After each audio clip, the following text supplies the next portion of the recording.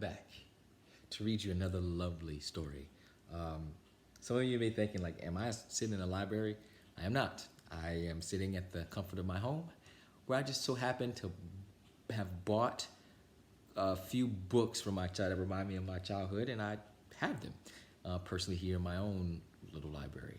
So today I will be reading you another one of my favorite ones that I used to read, and that was Frog and Toad Are Friends by Arnold Lobel.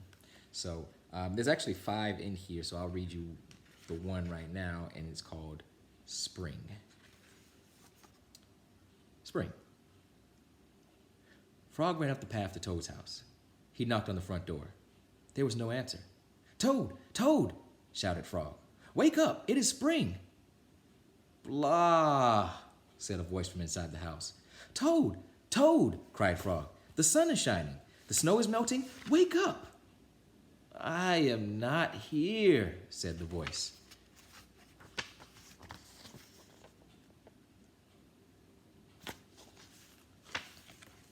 Frog walked into the house. It was dark. All the shutters were closed. "Toad, where are you?" called Frog. "Go away," said the voice from a corner of the room. Toad was lying in bed. He had pulled all the covers over his head. Frog pushed Toad out of the bed. He pushed him out of the house and onto the front porch. Toad blinked in the bright sun. "Help," said Toad. "I can't see anything."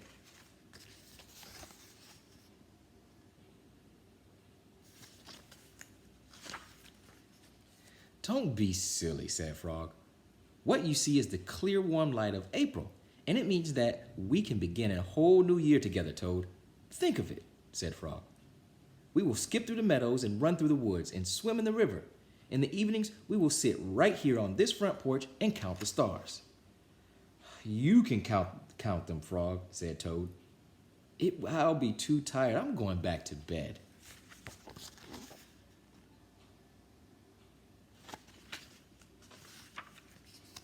Toad went back into the house and got back into the bed and pulled the covers over his head again.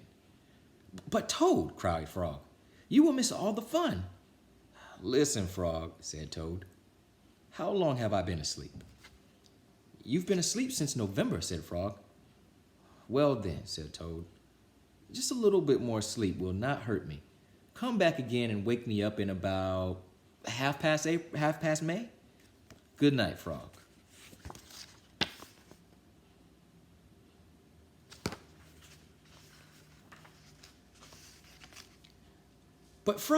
But Toad," said Frog, "I will be lonely until then." Toad did not answer. He had fallen asleep. Frog looked at Toad's calendar. The November page was still on top. Frog tore off the November page. He tore off the December page, and the January page, the February page, and the March page. He came to the April page. Frog tore off the April page too.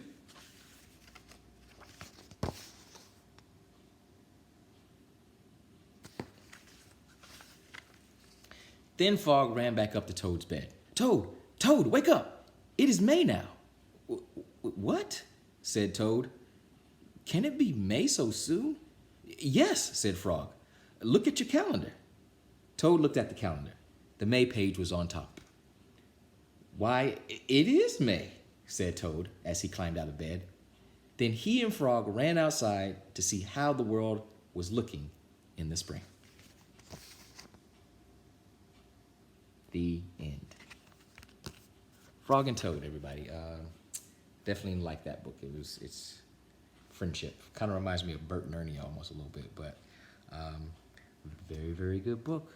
But as always, you don't have to take my word for it.